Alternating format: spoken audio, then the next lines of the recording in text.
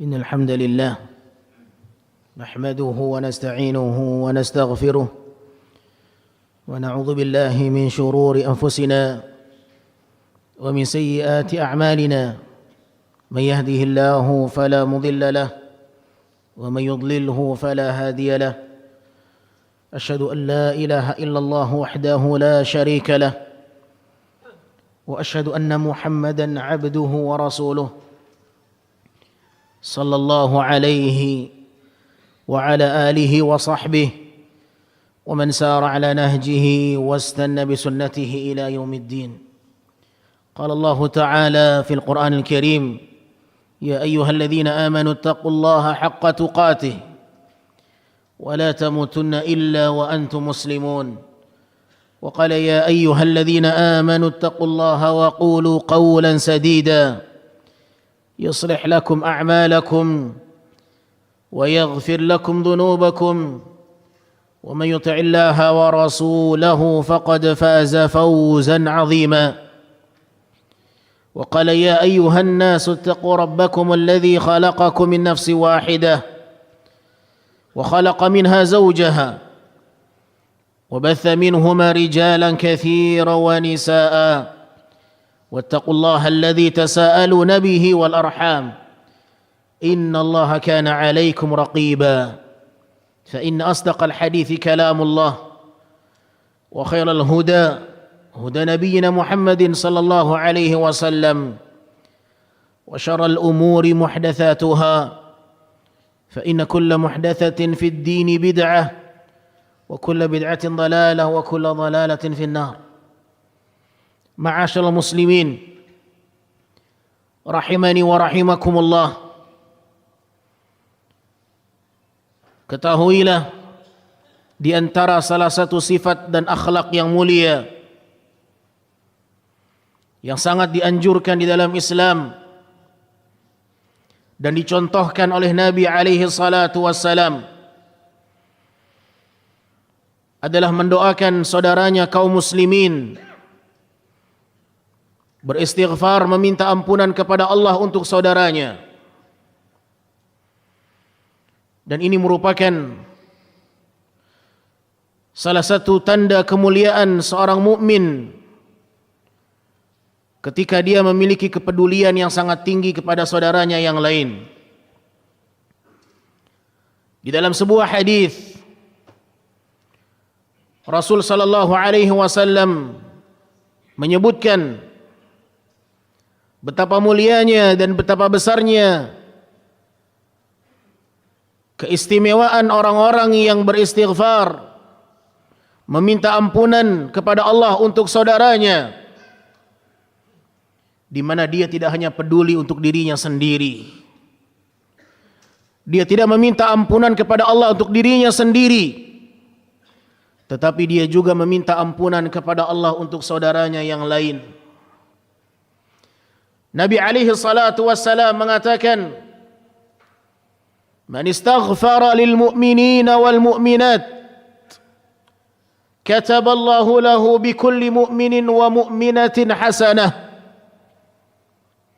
Barang siapa yang beristighfar, memohon ampun kepada Allah untuk seluruh kaum mukminin, laki-laki dan wanita, maka Allah subhanahu wa ta'ala akan menuliskan untuknya kebaikan dari seluruh kaum mukminin dan kaum mukminat yang dimintakan olehnya. Hadis ini dihasankan oleh Syekh Al-Albani rahimahullah. Ma'asyiral muslimin, Rasul sallallahu alaihi wasallam mengajak kita untuk tidak mementingkan diri sendiri, tetapi bagaimana seorang muslim hendaknya peduli kepada saudaranya yang lain. Karena di antara kesempurnaan iman adalah mencintai saudaranya sebagaimana dia mencintai dirinya sendiri. La yu'minu ahadukum hatta yuhibba li akhihi ma yuhibbu li nafsihi. Tidaklah seorang dikatakan beriman dengan keimanan yang sempurna sampai dia mencintai saudaranya sebagaimana dia mencintai dirinya sendiri. Miliki kesempurnaan iman, miliki keimanan yang mulia ini.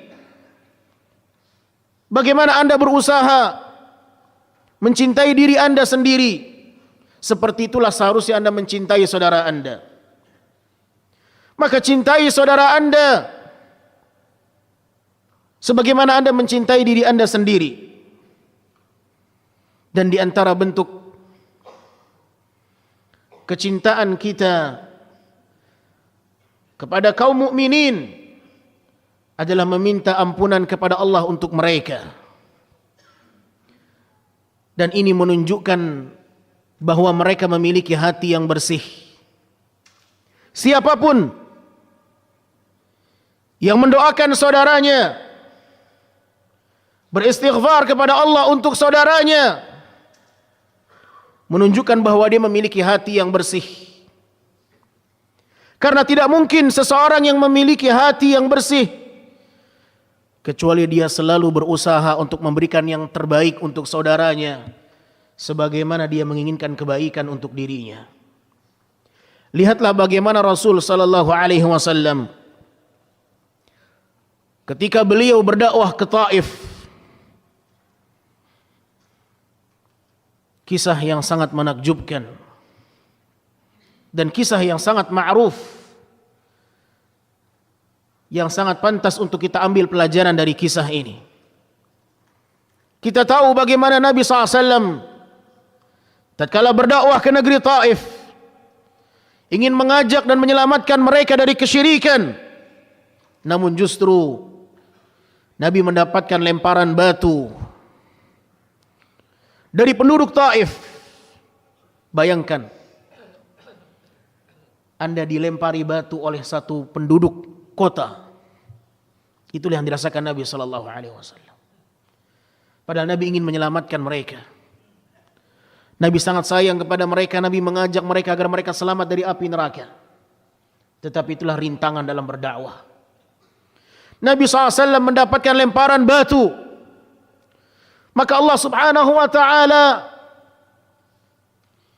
memerintahkan malaikat gunung untuk meminta izin kepada Nabi SAW agar bisa mencampakkan gunung yang besar kepada penduduk Taif. Di saat Nabi berlumuran darah, Nabi didatangi oleh malaikat penjaga gunung, Malakul Jibal. Dia datang dan mengatakan, "Inni Rasulullah, sesungguhnya aku adalah utusan yang diutus oleh Allah kepadamu, wahai Muhammad." Nah, malaikat adalah utusan Allah, sebagaimana Nabi SAW adalah utusan Allah dari kalangan manusia. Malaikat ini diutus oleh Allah untuk meminta izin kepada Nabi. Seandainya Nabi mengizinkan, maka malaikat gunung siap untuk mencampakkan gunung ini kepada penduduk Taif yang telah melempari Nabi batu. Bayangkan seandainya kita berada di posisi Nabi sallallahu alaihi wasallam. Bayangkan sekiranya kita berada di posisi Nabi alaihi salatu wasallam di saat berlumuran darah pasca pelemparan batu dari seluruh penduduk Taif. Ternyata datang malaikat yang menawarkan untuk mencampakkan gunung sebagai balasan atas mereka yang telah melempari batu kepada Nabi SAW. Maka batu pun yang akan menjadi balasan seandainya Nabi mengizinkan. Batu dibalas dengan batu. Subhanallah. Maha adilnya Allah Azza wa Jal. Tetapi lihat bagaimana Nabi alaihi salatu wassalam, apa yang dikatakan oleh Nabi SAW. Nabi mengatakan, jangan kau lempari mereka batu. Fa innahum qaumun la ya'lamun. Mereka adalah kaum yang belum tahu kebenaran itu. Justru Nabi memintakan ampunan kepada Allah untuk mereka. Allahumma ighfir lahum fa innahum qaumun la ya'lamun. Ampuni mereka ya Allah, sesungguhnya mereka belum tahu kebenaran itu. Subhanallah. Orang yang menzalimi Nabi, Nabi doakan ampunan untuk mereka. Betapa bersihnya Nabi alaihi salatu wassalam, hati yang sangat luar biasa. Hati yang tidak menyimpan dendam. Hati yang tidak menyimpan permusuhan. Nabi menyadari penolakan mereka karena mereka jahil. Karena mereka tidak tahu. Wajar dimaklumi oleh Nabi SAW. Dan hati ini yang harus kita miliki, ma'asyil muslimin. Miliki hati ini. Hati yang bersih. Hati yang tidak terpengaruh dengan kebencian. Hati yang tidak terpengaruh dan terpancing dengan permusuhan. Inilah sifat dan mental Nabi kita yang mulia alaihi salatu wassalam. Satu hari datang seorang pemuda kepada Nabi alaihi salatu wassalam. Inna fata syabban. Datang seorang pemuda kepada Nabi sallallahu alaihi wasallam dan dia berkata, "Ya Rasulullah, i'dzan li fi zina." I'dzan li bizina. Izinkan aku untuk berzina. Subhanallah. Seorang pemuda datang kepada Nabi sallallahu alaihi wasallam meminta izin untuk bermaksiat, meminta izin untuk berzina. Apa yang terjadi? Bagaimana respon para sahabat mendengarkan Satu permohonan yang tak masuk akal di hadapan Nabi mengucapkan itu. Fa aqbala al-qaum alaihi fazajaru. Faqalu mah. Maka para sahabat mendatanginya dan mencelanya, memakinya, memerintahkannya untuk diam. Apa engkau tak malu mengatakan itu di hadapan Nabi SAW? Seakan-akan itu yang diinginkan oleh para sahabat sebagai bentuk isyarat kepada seseorang yang tak memiliki rasa malu meminta izin kepada Nabi untuk berzina. Subhanallah. Tapi lihat bagaimana akhlak Nabi SAW. Lihat bagaimana akhlak Nabi SAW. Nabi SAW mengatakan, mendekatlah. Allahu Akbar. Mendekatlah wahai pemuda. Maka kemudian Nabi SAW memerintahkannya untuk mendekat. Fajalas. Maka pemuda ini pun duduk di dekat Nabi SAW. Nabi SAW memberikan pelajaran dengan kelembutan, dengan ketenangan, tak terpancing emosi. Nabi mengatakan, atuhibbuhu li ummik? Apakah engkau suka dan rela apabila ibumu diperlakukan seperti itu? Dizinahi oleh orang lain? Atuhibbuhu li ummik? Atuhibbuhu li ummik? Apakah engkau suka seandainya itu terjadi pada ibumu? Maka sahabat ini mengatakan, la wallah, ja'alani Allahu fida'ak. Tidak, demi Allah, semoga Allah menjadikan aku sebagai tebusanmu ya Rasulullah. Tidak. Walan nasu yuhibbunahu li ummahatihim. Tidak akan ada manusia yang rela, yang ridha ibunya diperlakukan seperti itu. Kemudian Nabi SAW mengatakan kembali di hadapannya, afatuhibbuhu li ibnatik? Apakah engkau rela itu terjadi terhadap putrimu? Ada orang yang menzinahi putrimu. Apakah engkau akan rela itu terjadi? Apakah engkau akan menerima apabila seandainya itu terjadi di putrimu? Subhanallah. Nabi SAW mengajak orang ini, pemuda ini untuk berfikir. Dan inilah salah satu bentuk kejeniusan Nabi dalam berdakwah di jalan Allah Subhanahu wa ta'ala. Maka pemuda ini kembali mengatakan, la wallahi ya Rasulullah, tidak, demi Allah. Walan nas yuhibbunahu li banatihim. Walan nas yuhibbunahu li banatihim. Tidak, demi Allah, tidak akan ada manusia yang suka itu terjadi di putri-putri mereka. Kemudian Nabi SAW kembali mengatakan, afatuhibbuhu li ukhtik? Afatuhibbuhu li ukhtik? Apakah engkau suka seandainya saudarimu diperlakukan seperti itu? Maka pemuda ini kembali mengatakan, tidak, demi Allah yang menjadikan aku sebagai tebusanmu ya Rasulullah, sungguh tidak akan ada manusia yang rela saudarinya diperlakukan seperti itu. Walan nas yuhibbunahu li akhawatihim. Tidak akan ada manusia yang rela saudarinya diperlakukan seperti itu. Nabi terus membawakan contoh dan permisalan seandainya terjadi di keluargamu, terjadi di bibimu, ammatihim wa khalatihim. Dan pemuda ini kembali mengatakan, la wallah, demi Allah tidak akan ada manusia yang rela, yang ridha bibinya diperlakukan seperti itu. Subhanallah. Maka Nabi SAW meletakkan tangannya di dada pemuda tersebut dan mendoakan kebaikan. Allahumma ghfir dzambahu wa tahhir qalbahu wa hassin farjahu. Ya Allah, ampunilah dosanya, bersihkanlah hatinya, dan sucikanlah kemaluannya. Hadis ini disahihkan oleh Syekh Al-Albani rahimahullah. Hadirin yang dimuliakan Allah, lihatlah bagaimana baginda Rasul sallallahu alaihi wasallam, bagaimana akhlak beliau. bagaimana kelembutan beliau, bagaimana kecintaannya kepada umatnya.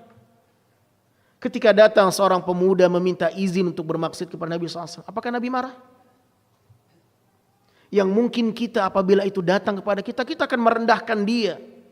Kita mungkin akan menganggap dia hina. Kita akan menganggap dia dengan pandangan sebelah mata. Tetapi Nabi SAW tidak pernah merendahkan siapapun. Nabi tak pernah menghinakan siapapun. Sekalipun orang itu mau berzina, bahkan meminta izin kepada Nabi SAW. Justru Nabi SAW mengajarkannya kebaikan, bahkan mendoakannya. Allahu Akbar. Siapa di antara kita yang bisa seperti ini memperlakukan manusia? Belajarlah dari Nabi SAW. Laqad kana lakum fi Rasulillahi uswatun hasanah. Sungguh di dalam jati diri Nabi SAW terdapat suri tauladan yang sangat baik untuk dicontoh. Semoga Allah Subhanahu wa taala memberikan kepada kita taufik dan hidayahnya untuk bisa berlapang dada menghadapi setiap manusia dengan kelakuan yang berbeda. Dan semoga Allah tanamkan dalam diri kita kepedulian yang sangat besar untuk mendoakan kebaikan kepada seluruh kaum muslimin, sebagaimana Nabi SAW mendoakan itu kepada umatnya. Fa'tabiru ya ulil absari la'allakum tuflihun.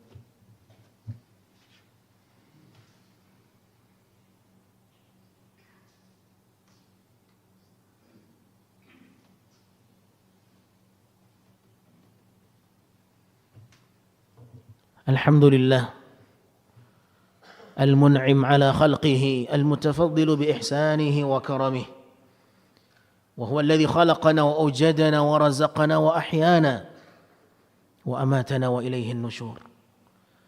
Saudaraku kaum muslimin yang saya cintai karena Allah Subhanahu wa taala, pada khutbah yang pertama telah kita dengarkan bagaimana sikap yang terpuji dari manusia yang sangat dicintai oleh Allah Subhanahu wa taala.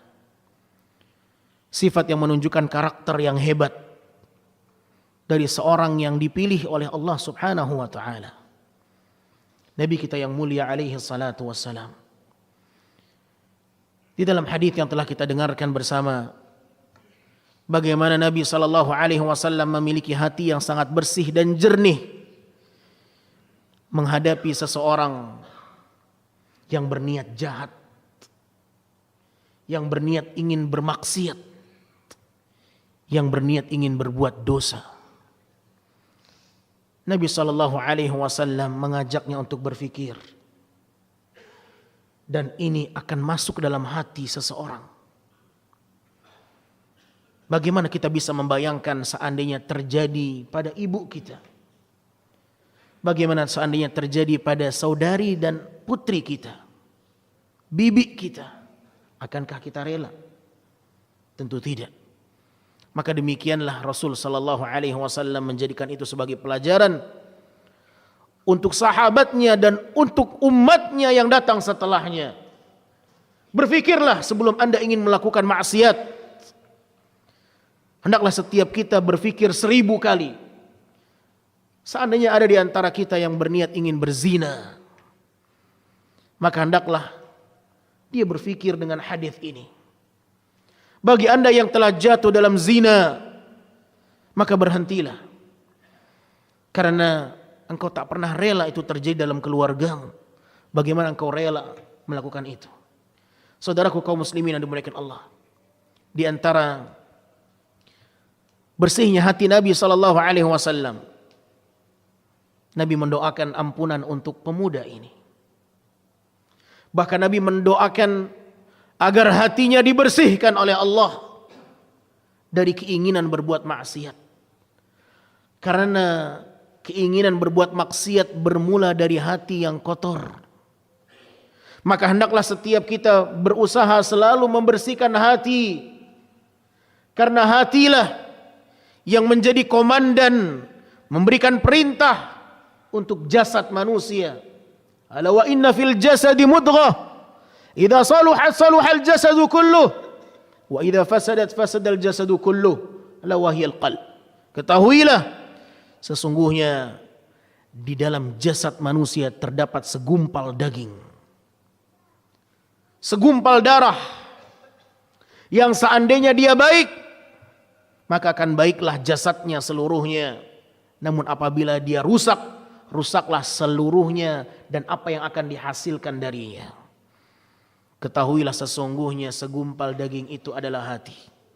Saudaraku kaum muslimin yang dimuliakan Allah Subhanahu wa taala, Nabi mengetahui bahwa pemicu keinginan seseorang berzina adalah hati yang kotor. Maka Nabi memohon kepada Allah Subhanahu wa taala agar pemuda ini dibersihkan hatinya oleh Allah, dan doa ini pun layak untuk kita doakan anak-anak kita dengannya. Doakan anak-anak kita agar mereka memiliki hati yang bersih, agar mereka disucikan oleh Allah Subhanahu wa taala dari dosa, agar mereka dibersihkan oleh Allah Tabaraka wa taala dari kotoran dan noda, dan kemaluannya dijaga dan disucikan oleh Allah Tabaraka wa taala. Allahumma tahhir qalbahu, Allahumma ighfir dhanbahu wa hassin farjahu. Inilah doa Rasul sallallahu alaihi wasallam yang patut untuk kita doakan semua keluarga kita dengannya. Hadirin yang dimuliakan Allah Subhanahu wa taala, mendoakan ampunan untuk kaum mukminin adalah ciri khas dan kebiasaan Nabi sallallahu alaihi wasallam. Lihat, di dalam hadis ini Nabi doakan pemuda ini ampunan agar dia mendapatkan ampunan Allah Subhanahu wa taala. Dan memang itulah yang Allah sebutkan di dalam Al-Quranul Karim. Walladzina ja'u min ba'dihim yaquluna rabbana ighfir lana wa li ikhwanina alladhina sabaquna bil iman wa la taj'al fi qulubina ghillan lil ladzina amanu rabbana innaka ra'ufur rahim. Dan mereka orang-orang yang datang setelah generasi para sahabat kaum Muhajirin dan Ansar, mereka mengatakan dan berdoa, ya Allah ampunilah dosa kami dan dosa orang-orang yang telah mendahului kami dalam keimanan, dan jangan kau jadikan dalam hati kami ada kedengkian terhadap orang-orang yang beriman. Wala taj'al fi qulubina ghillan lil ladzina amanu. Jangan kau jadikan hati kami menyimpan kedengkian terhadap orang-orang yang beriman. Menunjukkan bahwa ini adalah hati yang bersih. Meminta kepada Allah agar hatinya tak menyimpan kedengkian. Pernahkah kita meminta kepada Allah agar hati kita tak menyimpan kedengkian? Ma'asyal muslimin yang dimuliakan Allah. Rasul sallallahu alaihi wasallam ketika menyolatkan jenazah pun mengajarkan kita bagaimana kita peduli kepada orang yang telah mati sekalipun. Allahumma ighfir lahu, Allahumma arhamhu. Demikianlah yang kita ketahui. Oleh karenanya ma'asyal muslimin, hendaklah setiap kita membiasakan diri untuk mendoakan kaum mukminin, kaum muslimin, mintakan kepada Allah ampunan untuk mereka. Dan inilah ciri-ciri orang-orang yang memiliki hati yang bersih. Apabila kita terbiasa mendoakan saudara kita ampunan, bahkan orang yang menzalimi kita, kita mintakan ampunan untuknya, maka kita telah berlatih untuk membersihkan hati kita. Dan kita meminta kepada Allah Tabaraka wa Ta'ala agar mereka diampuni oleh Allah. Demikian halnya Nabi Ibrahim mengajarkan itu kepada kita. Allah Subhanahu wa taala mengabadikan doanya Nabi Ibrahim. Rabbana ighfirli wa liwalidayya walil mu'minina yawma yaqumul hisab. Nabi Ibrahim meminta dan berdoa kepada Allah agar diampuni dirinya, orang tuanya dan seluruh kaum mukminin pada hari hisab, di hari kiamat nanti. Nabi Ibrahim Al-Khalil, sang kekasih Allah Azza wa Jal, mengajarkan kita bagaimana kepedulian kepada orang-orang mukmin, bagaimana mereka mendapatkan ampunan di hari hisab. Dan ini menunjukkan bahwa Nabi Ibrahim memiliki hati yang bersih. Semoga Allah Subhanahu wa taala menanamkan kepada kita kepedulian yang besar kepada saudara-saudara kita. Dan hendaklah setiap kita berusaha untuk selalu beristighfar untuk saudara kita kaum mukminin dan mukminat, karena itulah ciri orang-orang yang bersih hatinya, yang selalu berusaha untuk menjauhkan diri dari kedengkian. Sebagaimana ayat Al-Quran yang telah kita dengarkan bersama. Innallaha wa malaikatahu yusalluna ala nabi. Ya ayyuhalladzina amanu sallu alaihi wa sallimu taslima. Allahumma ighfir lil muslimina wal muslimat, al mu'minina wal mu'minat, al ahya'i minhum wal amwat, innaka sami'un qaribun mujibud da'awati qadiyal hajat. Rabbana ظلمنا أنفسنا وإن لم تغفر لنا وترحمنا لنكونن من الخاسرين. اللهم آت نفوسنا تقواها وزكها أنت خير من زكاها أنت وليها ومولاها. ربنا آتنا في الدنيا حسنة وفي الآخرة حسنة وقنا عذاب النار. عباد الله، إن الله يأمرنا بالعدل والإحسان وإيتاء ذي القربى وينهى عن الفحشاء والمنكر والبغي يعظكم لعلكم تذكرون. فاذكروا الله الكريم يذكركم واشكروا على نعمه يزدكم ولذكر الله أكبر والله يعلم ما تصنعون.